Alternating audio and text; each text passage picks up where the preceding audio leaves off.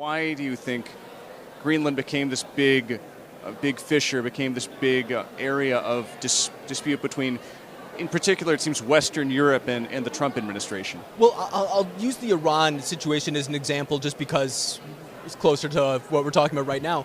But you did see in the very beginning days of Operation Epic Fury, Spain say that you cannot use our bases to launch your operation. We saw the United Kingdom at first show a hesitancy. They eventually came around with Diego Garcia and stuff like that. But at the very beginning, they were saying, you can't use our bases or our territory to launch these attacks. And from the perspective of the United States, once again, they're saying, we provide so much security and defense for you, and now there's something that we see being in our interest, and you're not going to allow us to use your territory. There are fears that, for example, if there was ever a hot conflict in the Arctic, I know that sounds oxymoronic, but hot conflict in the Arctic, the reason why Greenland is so important for the United States is because if there was ever a I don't want to say nuclear war, let's just call it a war. A lot of the missiles that would be fired from the United States, from Russia towards the United States would go over the Arctic. In fact, about 70% of them would travel over Greenland itself. So from a defense standpoint, of course the United States wants to be able to set up its own interceptors, its missile defenses,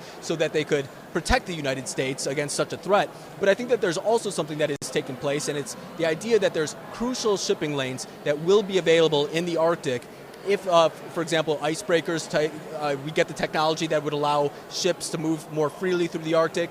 If some of the ice caps melt, of course, those would open up as well. A lot of those routes could just go over the Arctic and be cut almost in half, getting to the United States. This is the delivery of the quite literal promise of the Northwest Passage in the case of those. And when you speak about the technology, icebreakers, the United States has, I think it's fair to say, not spent necessarily a lot on icebreakers. There is now money flowing in that direction, but right.